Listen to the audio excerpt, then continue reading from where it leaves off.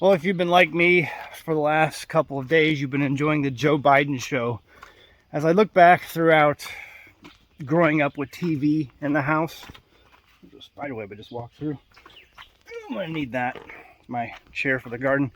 Anyway, as I've looked back throughout TV history and just TV in general, you think about some of the top performing shows over time: Friends, Cheers, MASH, Seinfeld. Nothing beats the Joe Biden show right now. This is like, this is the greatest show on earth. You tune in every single day just to see what happens next. Anyway, we're at the garden today, and we're going to talk about this stuff because there's some things to talk about. Things are growing real well. Let me see if I can switch this around. So I've got a tomato plant right here, growing well, and I've got a new one right here. So I had a second bunch of starts that we just put in, and so I've got one there, got one right here, and they're growing real well. And these will be I'll be harvesting from these probably around, end of August and September. So they'll do fine. I'll get some. I just wanted to have a second batch. I only had about 25 plants that were growing in the garden, and they're doing fine, but I usually try to have it. I try to always have a goal between 50 and 60 plants, and this year I only got like around 25. Certain things killed them, or some of them didn't, germinate or transplant correctly, whatever. So I always have, I planted about another 20 plants, and like I said, I'll have a late harvest with these, which will be fine. Got a couple cabbage plants here underneath this netting, and I'm going to be putting in a few more. I've got about another 20 cabbages that are about to go into the ground, and those will be harvested in the fall. So they're going to be slow, and they'll be put under netting too. But most of my cabbages most of my early cabbages did okay. Some of these are balling out real nicely. This one's a little behind. But we had an issue in the garden this last year where my youngest son was out here mowing the garden grass, and he left the gate open, and the sheep came in and chewed down a lot of my cabbages. So I did not get, because I'm looking forward to fermenting some of these, and just making ferments and probiotics with the perfect pickler kit. But I didn't have as much cabbage for sure this summer as I wanted to. Some of them are balling out real fine. This one's a little bit late. It's just now starting to ball out. But I've got about another 20 plants. Cabbages I'll be putting in the ground here shortly. Cucumbers are doing fantastic. You can see that little bee right there doing his job, right? Been harvesting these. I have 2 quarts of pickles fermenting in the kitchen right now, sitting on the counter, fermenting. They're on their second day. Tomorrow will be their third day, and they should be ready to start eating them. But I like just coming out here and just picking them off small like this, or even this size, and just chewing on them for a snack. But they're growing well. But this is one of the plants that also my sheep got in and chewed down pretty heavily when my youngest son left the gate open. There's another one. I'm liking these trellises. So let me show you how I got this. So this is basically a cattle panel that's been just bent over, right? Bent over and staked down with a couple of T-posts on either side. And it's just crawling up over the top, and it has just recently met up at the top here. Now, had the sheep not chewed this thing down, it would have definitely been a lot larger by now. But things are growing pretty well. Lots of cucumbers. I've been keeping it trimmed. Listen, the thing with these vines, right guys, you need to keep them, you have to pick the fruit. If you let one of these grow to maturity, the vine shuts down, and that's all you get.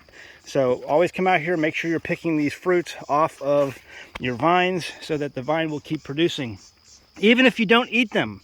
Well, Zach, I just have too many cucumbers. Okay, fine, feed them to your chickens. It's free chicken food.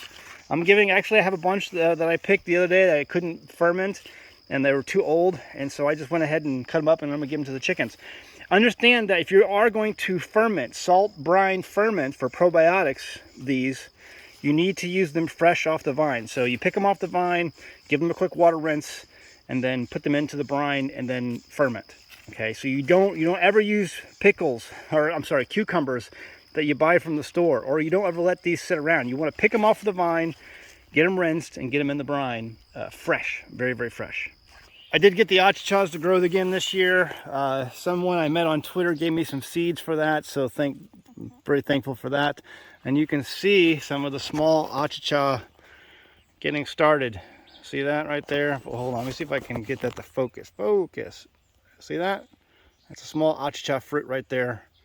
And that is hopefully going to grow. I see them all over the vines. They're just all over the place. Here's another one. See that?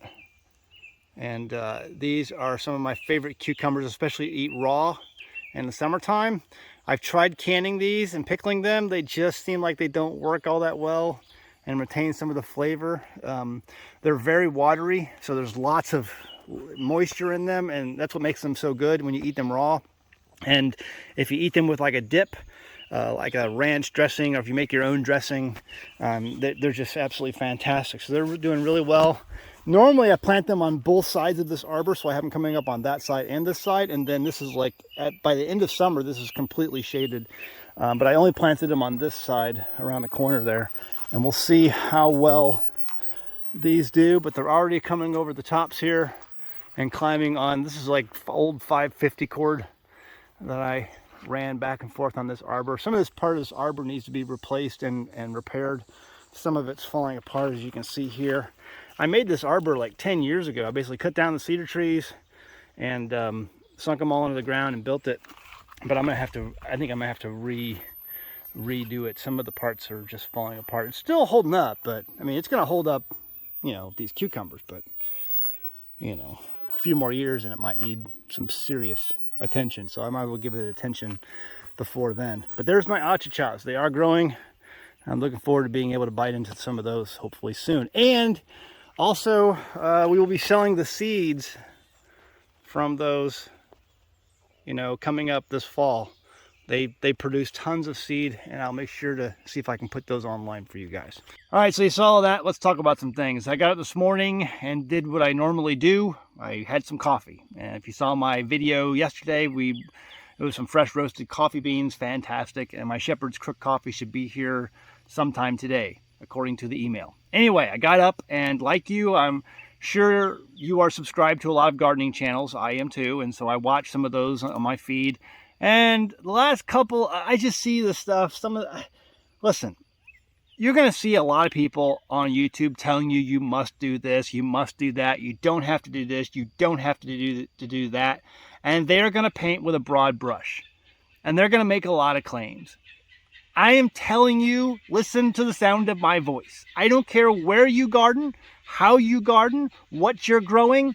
Everything is going to be different for you and your circumstances. Nothing in life is a guarantee. I hope you understand. Nothing in life is a guarantee. If someone is on YouTube and they're telling you you have to grow tomatoes like this, or you have to grow cucumbers like that, just smile and nod. Just smile and nod.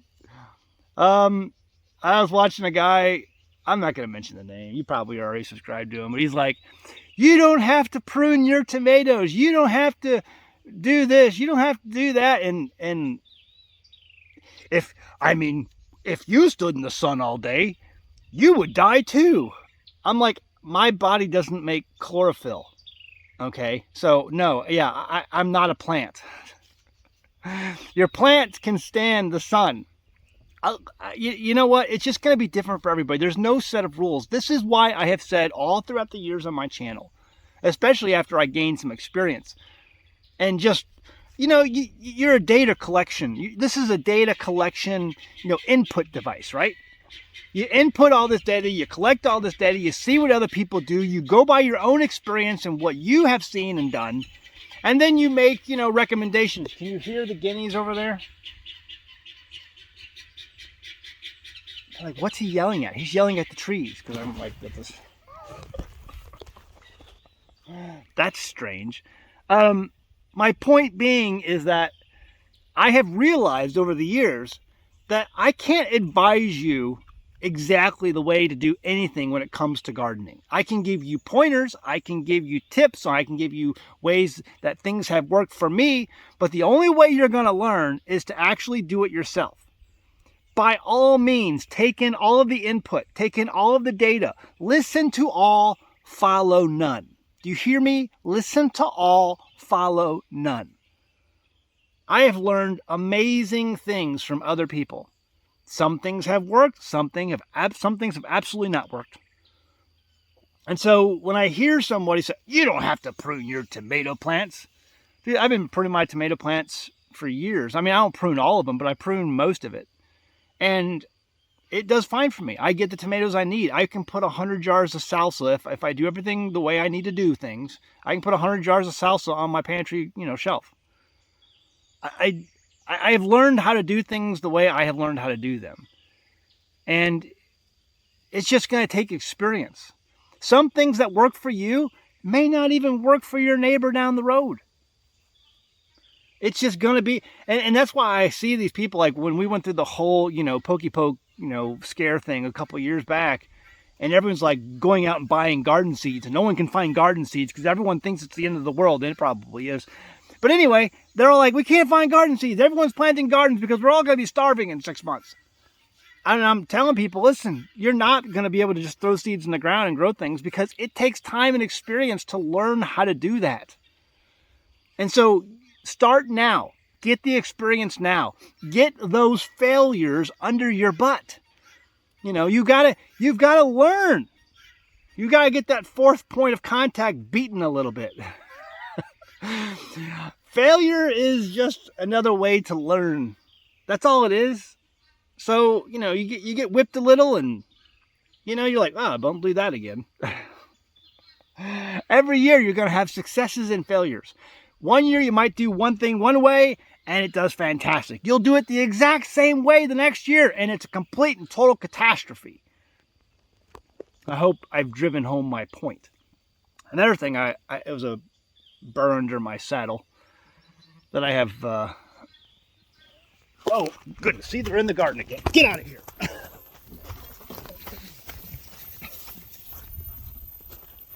I left the gate open right there, and see?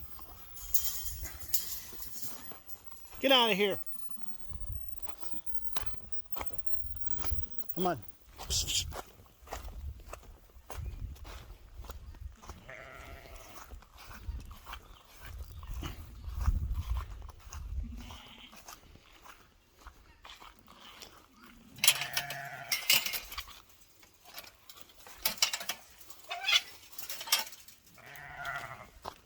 Okay, I chased them back out of the gate. So let me get back to what I was telling you. I walked in the garden, I left the gate open, and in they come, and they're like, woohoo! Free for all, salad! This guy right here, this is my pruner. And not only do I prune my plants, I prune off the lower branches of my tomatoes to give it more airflow. I prune off some of my just different plants when I need it. If I see disease, they get pruned. And I never ever wash my pruners. And there are people out there, I don't know if it's just the germaphobe culture we live in today. You have to disinfect your pruners after every single plant. Or sometimes people say after every single cut. Who's gonna do that? And then like one guy, he's like, well, I don't even prune at all because it'll spread disease. Guys, if you using pruners on your garden and cutting off diseased plants will infect another plant and kill it, you have a bigger problem in your garden. Now, this is just me, my experience only. Your mileage may vary. But if that easily spread disease in your garden, you have some sort of other problem when it comes to nutrients and the immune system of your plants. Every plant has an immune system like we do. It's like if you can walk into a hospital or a doctor's office and come out and you're gonna get sick, or if you just go out to the supermarket and you come back sick, it's not the people spreading the germs. The germs are out there. It's your immune system that needs addressing. So how do you build a good immune system for your garden? Well, number one, you have a good, healthy soil. And so that's why I've said over the years, for me, at least for me, I know when I have a good, healthy soil, when I walk on this ground cloth, and it feels like I'm walking on a waterbed. You can feel that sink as you walk through. And it's a moist, supple soil underneath that black cloth. You'd think it'd be hot and dry, but it doesn't. No, because I keep adding every year all kinds of manure, all from my tractor back there. I'll get a whole bucket full of manure about 6 or 7, 8 times, and I'll just dump them. And then I'll spread it out. And it's just nice, supple, moist, soft soil that the moisture stays in. And when you walk on it, even in the hottest parts of summer, even in the dog days of summer, it walks like a waterbed. And I know there's tons of biodiversity. There's all kinds of microbes and life teeming underneath that shade cloth or that ground cloth, because I see it. I see the worms. I see the bugs. I see, the beneficial insects. And yeah, there's some bad insects too, but they're a minority, whereas everything else is a majority because I make it a good, healthy soil. And my plants have good, healthy soil to grow in. And so I see less disease and less problems. That's just been my experience. Again, I just think that if you're scared to use these and you're like, you have to wash them, no, you don't. Your plants are if you've done things correctly, your plants are going to have their natural immunity and they're going to withstand the majority of, the issues that are out there. And even if they do succumb to some disease or pest pressure, as long as you're staying on top of things, you're doing things the right way, you're going to get the yield out of them before they succumb. I hope that makes sense. It doesn't have to be that hard. But again, the only way you learn is to do it. You're going to have failures. You're going to have challenges. Every location is different. Every piece of ground is different. You can't just say, well, I live in this environment and this is how everyone needs to do things. That's just, it's going to be discouraging to a lot of people because they're going to try your thing. And for some people, it's going to work. And for some people, it's not. And I don't want to be a discouraging, YouTuber. So, all right. What do you guys think? I'd love to hear your thoughts below. I know this is kind of a long video, but I had to rant a little bit. But I got to get out here and finish watering these plants. Some of them need some water. We had a rain a few days ago, and I let it go when we had a big rain like that. I want to encourage the plants to drive down their roots deep, to seek out all that nutrients and minerals. So it's been a few days, so I'm going to come out here and give them some water. So I hope you guys are doing good in your garden. Hope you guys are putting stuff up in your pantry. And we'll do a video coming up soon on my pickles. So, all right, guys. Hey, check out our merchandise over at teespring.com. You can find our Stupid Shit Hurt shirt. If we had more hurt in this world, we'd have an awful lot less Joe Biden shows on TV. And also, just know that I will be at the Self-Reliance Festival in Tennessee coming up early October. And I will also be at the homesteading, the OZARK's Homesteading Expo coming up in September. You can find information at both of those websites, the Homesteading Expo in the Ozarks and the Self-Reliance Festival in Tennessee. It's going to be a great time. Going to meet a lot of people. Hope I can see you there. All right, guys. See you next time in the homestead. Bye. One of the best perks about living off-grid is that I never pay an electric bill. I love being my own power company, but that means when things go wrong, I have to be the one on call. So I try and use reliable components for my power production. For the last couple of years, I have been promoting OUPES solar generators. I've been using them and abusing them, and as it turns out, they are pretty good products. They have power generators for all occasions, and they can be charged by permanent or portable solar panels, as well as AC power.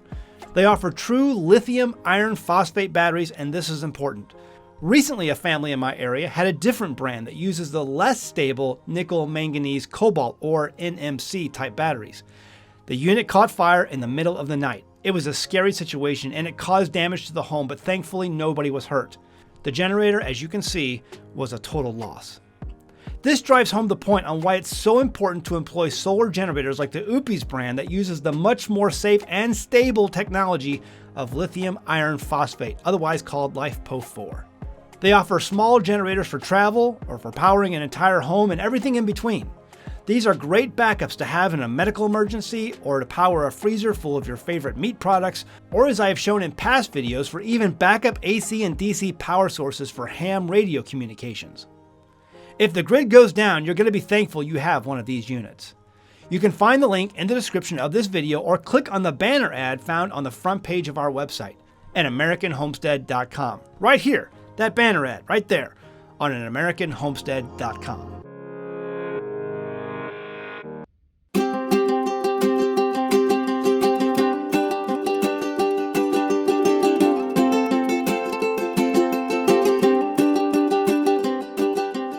Hey guys, did you know you can become a patron of An American Homestead? They get access to private videos, and we send them gifts from the homestead that we make here on the homestead. And we also enter our patrons into special giveaways that are only available to them. And before you go, please check out these other great videos. Go ahead, click. I'll wait.